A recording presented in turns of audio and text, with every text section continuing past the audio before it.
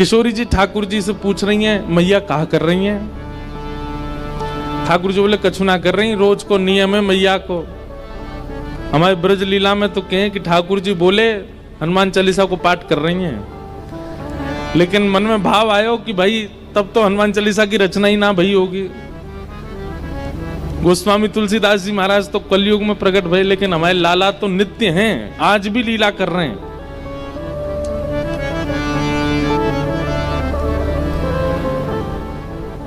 किशोरी जी बोली, मैया अब मोकू आज्ञा दो मैं जाऊं। और श्री किशोरी जी वापस बरसाने की ओर जा रही है। यहां बरसाने में कीर्ति मैया बड़ी व्याकुल, इतनो समय है गयो, संध्या है गई, अभी तक लाली आई नहीं। ललिता आ गई, विशाखा आ गई, सबरी सखी आ गई, सबन से पूछी, अरे किशोरी कहाँ है? सब बोली, गई तो हमारे संग गई, हमने ने कही कि ने जमुना जी पे विराजो, हम अभी आ रही हैं, पतो ना इतने में कहाँ चली गई, हम सब जगह ढूंढ आई, अभी तक हमें ना मिली। कीर्ति मैया तो बड़ी परेशान है कि मेरी लाली कहाँ चली गई, मेरी किशोरी कहाँ चली गई। जैसे ही आप वृषभानु भवन ते निकर के बाहर ढूंढवे के काजे जान लगी, इतने में ही सामने से छोटी सी नन्ही सी कुमारी श्री किशोरी जी नई सी झंगुली पहन करके, नई सी चुनरी पहन करके, नयो नयो से श्रृंगार करके, नई नई चूड़ी पहन के और ऐसे झोली में खूब सारो सामान लेकर के सामने तो धीमे धीमे चली आ रही हैं। कीर्ति मैया बोली, अरे देखियो ललिता, ये किशोरी आ रही है का? हाँ मैया, लग तो किशोरी सी रही है। बोले, पर ये वस्त्र तो मैंने धराए ना, या ये क्या कि वस्त्र कैसे बदल गए? दौड़ करके जाके देखो तो किशोरी जी, तुरंत मैया ने अपनी गोद में उठा लिया। अरे लाली, तू कहां चली गई? तू कहां को चली गई? और ये तेरे वस्त्र कैसे बदल गए? और इतनो सारो श्रृंगार ये कौन ने किए तेरो? ऐसे सुंदर पत्रावली, ऐसे सुंदर गले में हार, और ये तू कहां भर के लाई है अपने पास? खोल करके देखे तो वहां में जो जब बेटा को ब्याह पक्के करने के लिए बहू की गोद भरते हैं तो वो सारे सामान धरे थे। कीर्ति मैया बोली, कहां ते लेके आई है ये सब? कौन ने दियो तो को? किशोरी जी बोली, मैया मैं नंदगाम गई, कान कुंवर के घर गई, तो वहां कान कुंवर की मैया यशोदा जी ने ये सब श्रृंगार मुझ को प्रदान किया है। कीर्ति मैया सुन करके मनी मन विचार करने लगी, ये तो बचपन से हमारी बात हती कि लाला सो लाली को ब्याह करेंगे, ये तो बचपन से हमारी इच्छा हती। लेकिन अब देखो, यहां कीर्ति मैया भी चाहती हैं कि किशोरी जी का ब्याह ठाकुर जी से हो, वहां यशोदा मैया, लेकिन कीर्ति मैया एक लीला प्रकट करती हैं,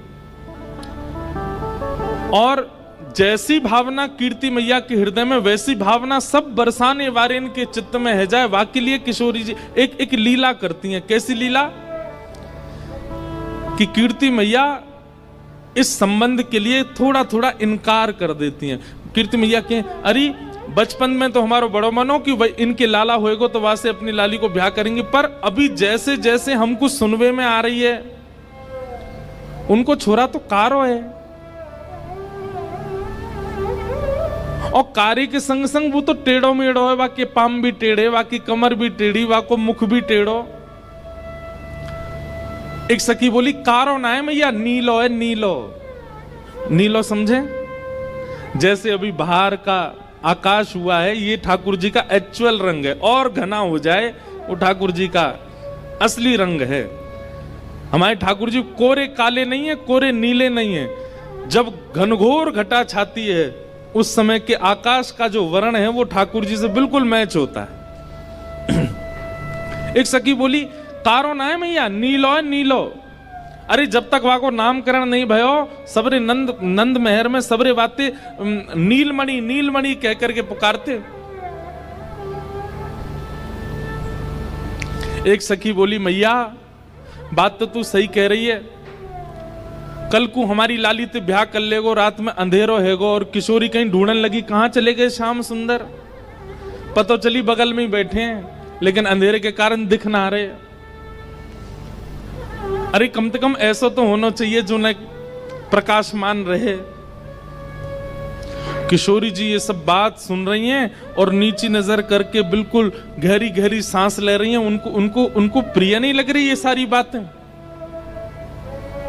मन ही मन मानो विचार कर रही हैं कि अरे सुनी भई बातन पे काहे को भरोसा कर रही हो मैया, एक बार देखो तो सही कान कुंवर है कैसे। अच्छा, इस समय किशोरी जी की और ठाकुर जी की आयु कितनी है पता है? 5-5 वर्ष के हैं दोनों। 1 वर्ष बड़े होंगे ठाकुर जी, 6 वर्ष के होंगे, बस इतने छोटे छोटे से हैं। लेकिन ये नित्य लीला है। इसको प्रकट आज के रूप में अगर आप लोग अनुमान लगाएंगे तो बहुत सारे प्रश्न आपके चित्त में आ जाएंगे। इसलिए उस भाव में जाइएगा मत। ये लीला जैसी है इसको वैसे ही श्रवण कीजिए और उसी भाव में ही इसका आस्वादन करो। आप कहेंगे कि इतनी बाल अवस्था में विवाह आदि, अरे ये संसार के विषय भोग और संसार के जो जो क्रियाएं पूरी होती हैं विवाह से, वो सब क्रियाओं के लिए ये विवाह नहीं है। वासना की दुर्गंध नहीं है दूर दूर तक इस विवाह में, इस संयोग में। अरे इनका आचरण करने वाला, इन युगल नाम को गाने वाले के चित्त से वासना नष्ट हो जाती है। उनकी लीला में वासना कैसे हो सकती है? उनकी लीला में कोई और भाव कैसे हो सकता है?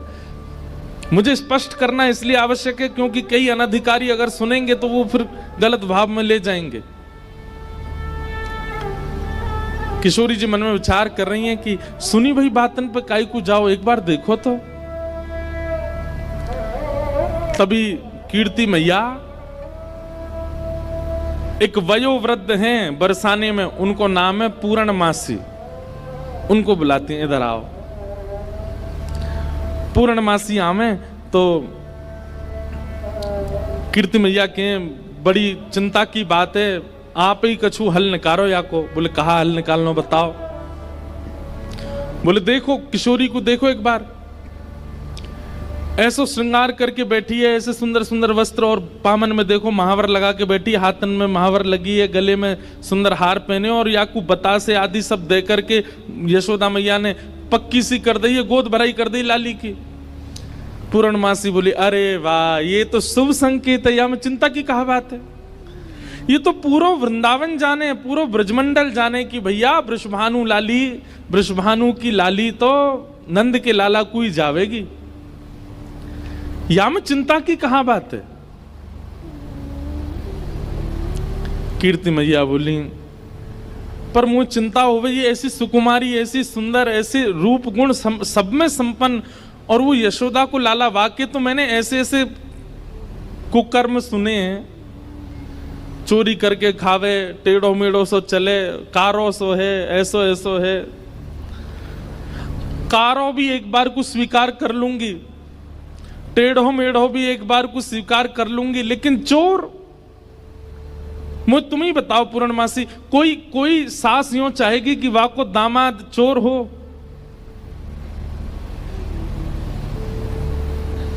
पूर्णमासी बोली कन्हैया चोर है? बोले हाँ। और तुम सबरे कौन हो? बोले हम सबरे तो राजघराने के, हम तो सबरे राजा हैं, रानी हैं, ऐसे हैं वैसे हैं। पूर्णमासी बोली देखो जाए तो संसार में सब चोर हैं, या संसार में चोर तो कोई ना बचो।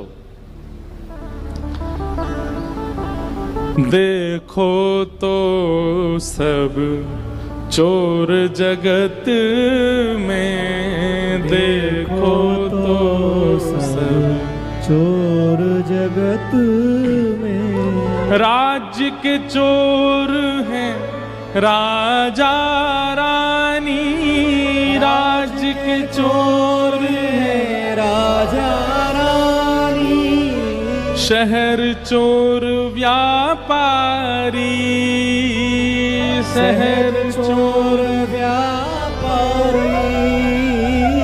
5 चोर सबके उर्माही, 5 चोर सबके उर्माही। ये पद समझने का है। हमारे सूरदास जी वर्णन कर रहे हैं क्या? राज्य के चोर हैं राजा रानी। राज्य के चोर कौन है? बोले राजा रानी चोर हैं। सेना से, अपने नागरिकों से कर वसूलते हैं, उससे अपना पेट भरते हैं, अपना घर बनाते हैं, अपना सब कुछ बढ़िया करते हैं। चोर नहीं है तो कौन है? शहर के चोर व्यापारी, व्यापारी बैठे हो तो बुरा नहीं मानना। शहर में चोर कौन है? बोले व्यापारी हैं। जो वस्तु 5 रुपए की है उसको 8 रुपए की देते हैं। बीच में तो कुछ ना कुछ चोरी करी जा रही है। 5 चोर सबके उर्माही। हम सब, कोई रूप के पीछे भाग रहा है, कोई स्पर्श के पीछे भाग रहा है, कोई शब्द के पीछे भाग रहा है। सब चोर हैं संसार में। ब्रह्मा चोर आए वृंदावन, ब्रह्मा चोर आए वृंदावन, बालक बच्छ चुरायो, बालक बच्छ चुरायो। हाँ, इंद्र चोर प्रथु का है चोरों, इंद्र चोर प्रथु का है चोरों। बहुपाखंड बनाए, बहुपाखंड बनाए। अरे वो कन्हैया तुम्हें चोर दिख रहा है, चोर तो ब्रह्मा भी है। भागवत जी में लीला कथा आती है, विस्तार नहीं करूंगा। ब्रह्मा जी आए, आकर के ठाकुर जी के ग्वाल वालों को चोरी करके ले गए। बोले इंद्र चोर। इंद्र, कथा आती है कि पृथु महाराज के घोड़े चुरा करके इंद्र भाग जाता था। बोले जब ब्रह्मा चोर हो सकता है, इंद्र चोर हो सकता है, तुम चोर हो सकते हो, राजा रानी चोर हो सकते हैं, व्यापारी चोर हो सकते हैं, तो फिर अकेलो कन्हैया बदनाम काय को किया जा रहा है। और शंकर चोर हरत सब अवगुण, शंकर चोर हरत सब अवगुण। शिव शिव जोई पुकारे, शिव शिव जोई पुकारे। शंकर जी के आगे जो शिव शिव कहता है, ये भी उसके अंदर के सारे अवगुणों का हरण कर लेते हैं, चोरी कर लेते हैं, वो भी चोर हैं। संत चोर, संत भी चोर हैं। बोले क्यों? हरि हृदय चुरायो, संत चोर हरि हृदय चुरायो। तुकाराम जी महाराज ने पंडरीनाथ भगवान का हृदय चुरा लिया। बिना तुकाराम जी की वाणी सुने विठल को सुख नहीं मिलता। जनाबाई,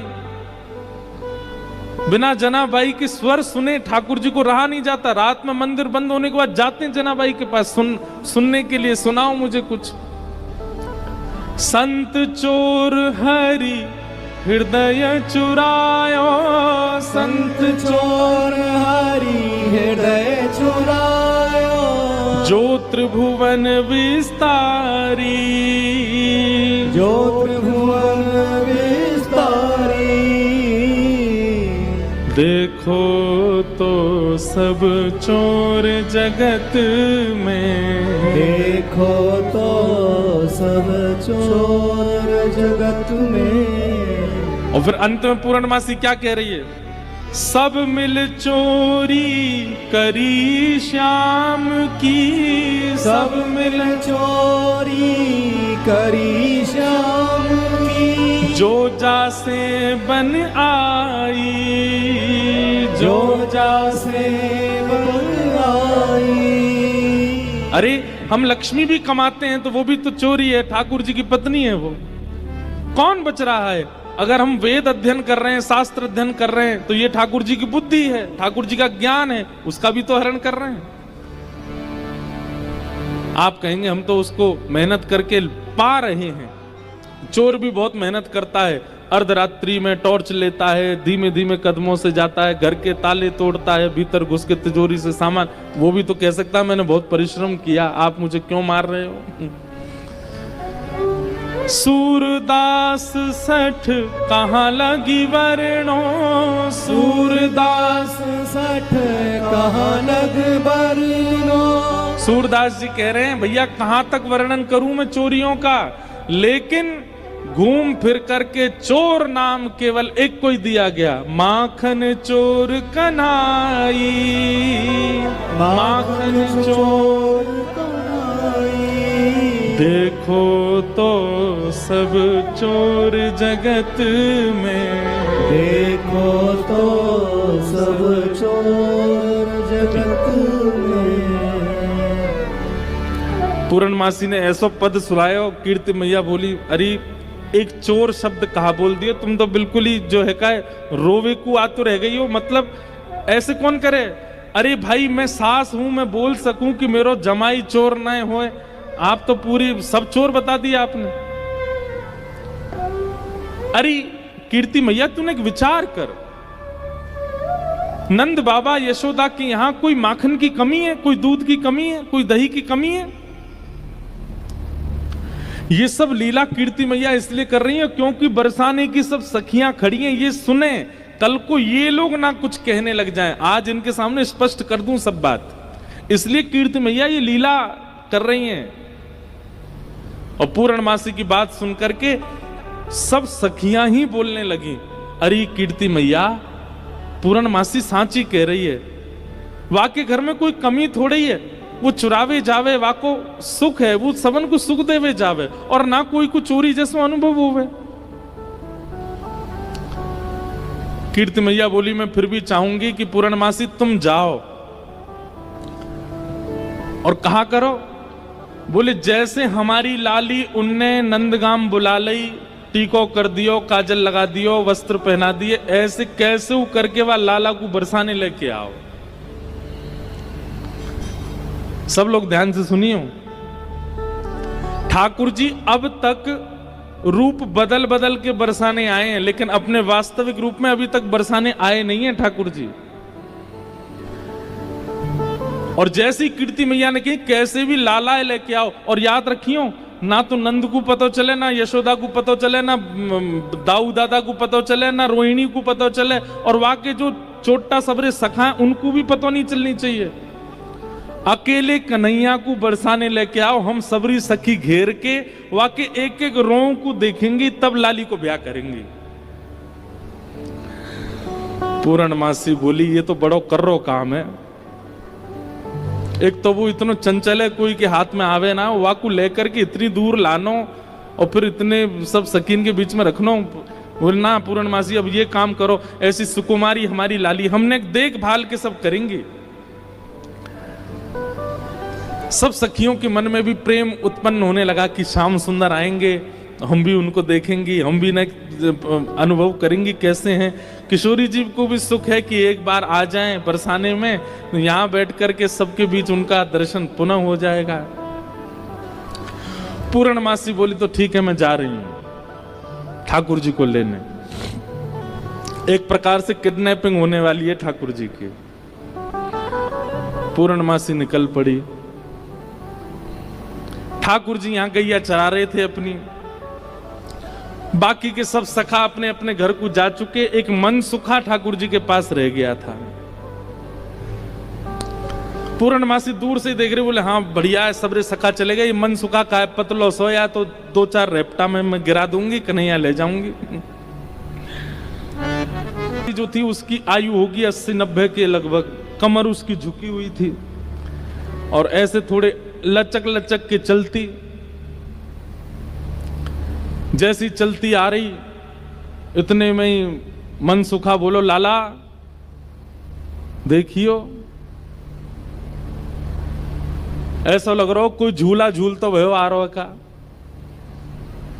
ठाकुर जी बोले, हमें लग तो ऐसा ही रहो कोई झूला ही चल तो भयो आ रहा का। उसकी आकृति ऐसी मानो कोई झूला चल के आ रहा है। थोड़ी पास आई तो इतने में मन सुखा, अरे लाला जी तो वो है पूर्णमासी। ठाकुर जी बोले, जी कहा करे? बोले ये क्वार इनको ब्याह कराती डोले, कोई क्वार और दिख जाए वही को ब्याह करा दे। लाला